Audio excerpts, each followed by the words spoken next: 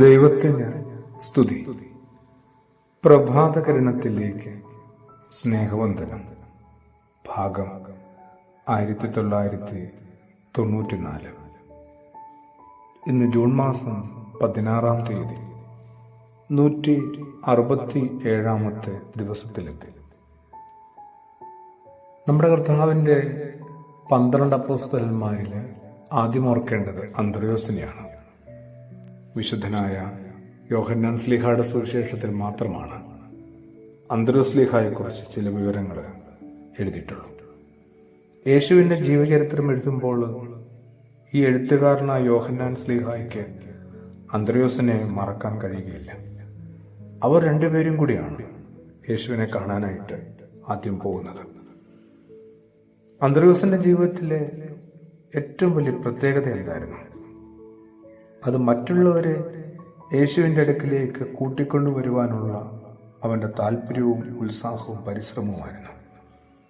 ഇൻട്രൊഡക്ടർ, അങ്ങനെയൊരു പേരുകൂടിയുണ്ട്, ഏതോ എഴുത്തുകാരൻ നൽകിയിട്ടുണ്ട്, പരിചയപ്പെടുത്തുന്നവൻ. യേശുവിനെ കണ്ടെത്തിയതിനു ശേഷം സ്വന്തം സഹോദരനായ പത്രോസിനെ, ശമവോനെ യേശുവിൻ്റെ അടുക്കിലേക്ക് കൂട്ടിക്കൊണ്ടുവന്നത് അന്ത്രയോസായിരുന്നു. ഒരു കുടുംബത്തിലുള്ളവരാണ്, ഒരേ തൊഴിൽ ചെയ്തുകൊണ്ടിരുന്നവരാണ്. യേശുവുമായിട്ടുള്ളൊരു ബന്ധവും അടുപ്പവും അനുഭവിക്കാനായിട്ട് അന്ത്രയോസിന് സാധിച്ചപ്പോൾ സ്വന്തം സഹോദരനത് പങ്കുവെച്ചു കൊടുക്കുകയാണ്. നമ്മളിൽ എന്തുമാത്രം ഇത്തരമൊരു സൽസ്വഭാവം ഉണ്ടെന്നുകൂടി ഓർക്കാവുന്നതാണ്. രണ്ടാമത്തെ സന്ദർഭം നമ്മുടെ കർത്താവിൻ്റെ ഒരു അത്ഭുത പ്രവർത്തനമാണ്. 5 അപ്പവും 2 മീനും കൈവശമുണ്ടായിരുന്ന ഒരു ബാലനെ നമ്മുടെ കർത്താവിനെ പരിചയപ്പെടുത്തി കൊടുക്കുന്നത് അന്ത്രയോസാണ്. നമ്മളത് യോഹന്നാൻ ശ്ലീഹയുടെ സുവിശേഷം 8-ാം അധ്യായത്തിൽ കണ്ടെത്തുന്നുണ്ട്. അങ്ങനെയാണ് അവിടെ അപ്പം വർദ്ധിപ്പിക്കുന്ന അത്ഭുതം അരങ്ങേറുന്നത്. ആ ബാലനെ കണ്ടെത്താനും അവന്റെ കൈവശമുള്ള കുഞ്ഞു വിഭവങ്ങളെ പരിഗണിക്കാനും അന്ത്രയോസനാവുന്നു. വളരെ വളരെ പരിമിതമായ വിഭവങ്ങളാണ്. പ്രത്യേകിച്ച് ആ വലിയ സമൂഹത്തിന്റെ വിശപ്പും ആവശ്യകതയും ഓർക്കുമ്പോഴും തിരിച്ചറിയുമ്പോഴും.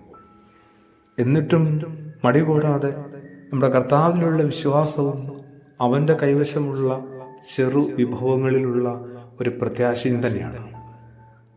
അവഗണിക്കുന്നില്ല ചെറുതുകളെ, ഏറെ ശ്രദ്ധയോടുകൂടി പരിഗണിക്കുകയാണ്, കൈകാര്യം ചെയ്യുകയാണ്. അതൊരു നല്ല സ്വഭാവമാകട്ടോ. യേശുവിൻ്റെ ഇന്നത്തെ ശിഷ്യരായ നമുക്ക് ഓരോരുത്തർക്കും ഒന്ന് കയ്യെത്തിപ്പിടിക്കാവുന്നതാണ്, ഒന്ന് മോഹിക്കാവുന്നതും കൊതിക്കാവുന്നതുമാണ്. ഒടുവിൽ അന്ത്രയോസിനെ കാണുന്നത് ഇങ്ങനെ നമ്മുടെ കർത്താവിൻ്റെ പരസ്യ ശുശ്രൂഷയുടെ അവസാന കാലത്താണ്. പെസഹ പെരുന്നാളിനായി യെരുശലേമിലേക്ക് യേശു എത്തുമ്പോൾ അവിടെയുള്ള ചില യവനന്മാർക്ക് യേശുവിനെ കാണാൻ ആഗ്രഹമുണ്ടായി. അവർക്കിടയിൽ നിൽക്കുന്ന ഒരു മീഡിയേറ്ററായി മാറുന്നുണ്ട് അന്ത്രയോസ്. അതെ, അന്ത്രയോസ് ശ്ലീഹായെ ഓർക്കുമ്പോൾ യേശുവിനെ മറ്റുള്ളവർക്ക് പരിചയപ്പെടുത്തുന്ന വലിയ ഉത്തരവാദിത്വം നമുക്ക് ഏറ്റെടുക്കാം.